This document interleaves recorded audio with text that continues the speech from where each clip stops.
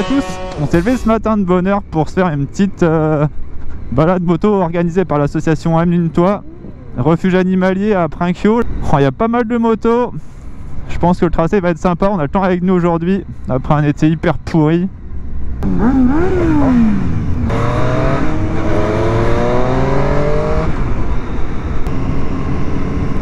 Donc apparemment ça a eu un succès fou. Pas mal de motards ont répondu à l'appel. Donc je sais pas si vous êtes adepte de ce genre de sortie, mais en gros voilà, on donne quelques euros par casque et voilà, ça finance des associations et ça c'est plutôt sympa. En plus, comme vous avez pu voir, voilà, ça fait plaisir voilà, aux gens qui voient passer le cortège. Aujourd'hui j'ai mis la panoplie complète, j'ai enfin mis le gilet airbag. Vous verrez la date de la vidéo qui en parle, ça commence à être loin. Et là il pourrissait au fond du placard, j'ai un peu honte. Surtout que c'est un peu la protection, on va dire, ultime.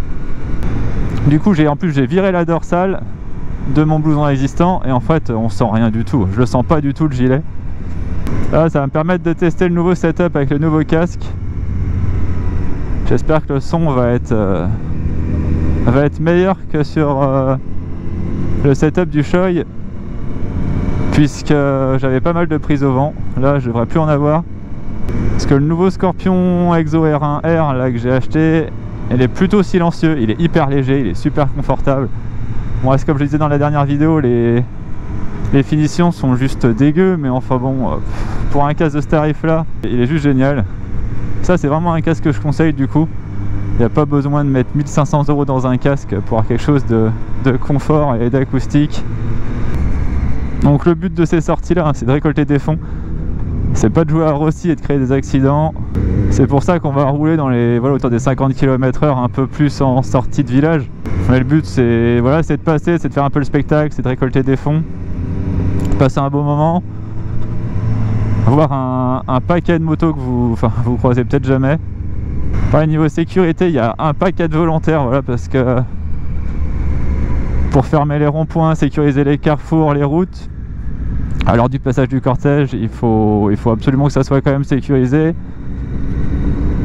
Donc là c'est tous les motards qu'on va croiser avec le gilet jaune.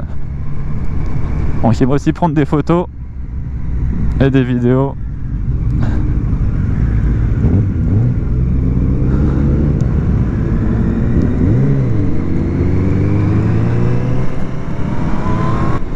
Alors c'est pareil, je conseille de faire des sorties comme ça parce que vous allez découvrir des petits itinéraires bis un peu.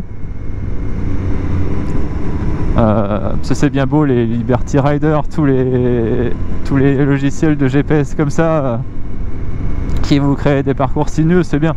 Mais le fait de faire un repérage comme ça avant, c'est bien.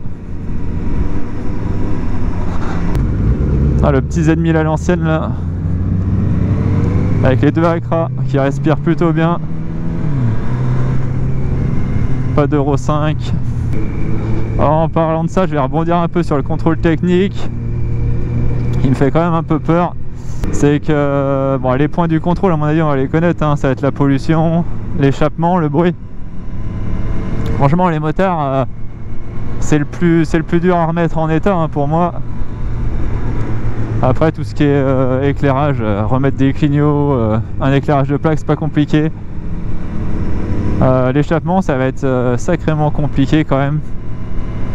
Parce qu'actuellement, tout le monde, mais je dis bien quasiment tout le monde, change l'échappement, vire les catalyseurs, met des lignes. Et j'ose espérer que ces personnes-là, je le dis, je le pense clairement que ça va se passer comme ça, et garder les pièces d'origine pour au moins pouvoir remettre les pièces lors du contrôle.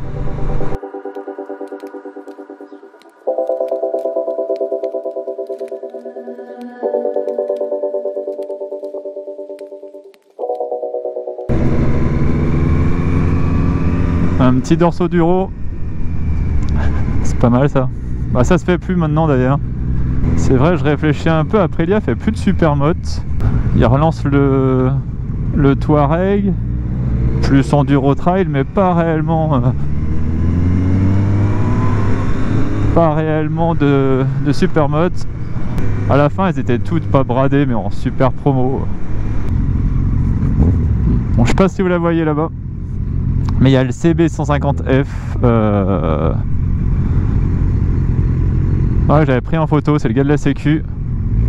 Et j'avais déjà vu ce gars-là du côté de Montaigu. En fait, il fait toujours de la sécu. Donc, avec il se dévoue quand même pas mal pour la cause.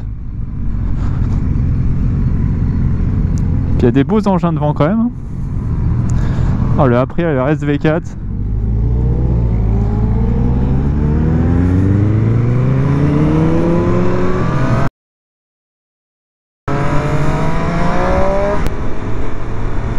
Le coin ici, il est juste magnifique. Alors les noms des petits bleds, désolé, hein, j'essaierai de retrouver ça pour ceux que ça intéresse. Alors, l'équipe de Richard Virenque qui se ramasse pas le cul.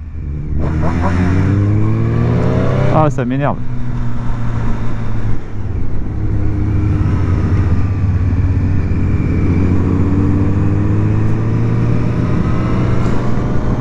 Voilà le petit port de...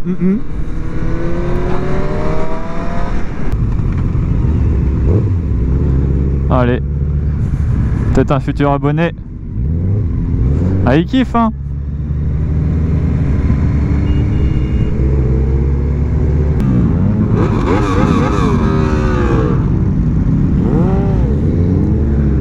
Quand je dis que ça respire le V4, c'est quand même violent.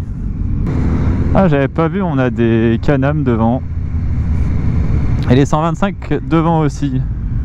En fait, le but c'est d'avoir les motos les moins puissantes devant, les moins expérimentées. Comme ça, les plus expérimentés peuvent rattraper le cortège sans se mettre en danger. C'est la pause. C'est la pause.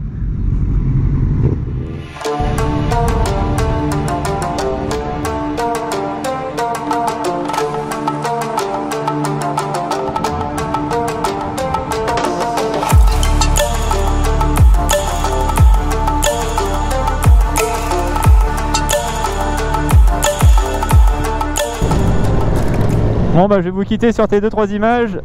J'ai plus de batterie de GoPro clairement, ça fera pas le reste de la balade. Là je vous ai mis quelques motos en plan un peu plus rapproché du coup lors de la pause. Il y avait des beaux joujoux quand même. Là je me suis calé derrière la RSV4. J'avais vraiment envie de vous filmer la RSV4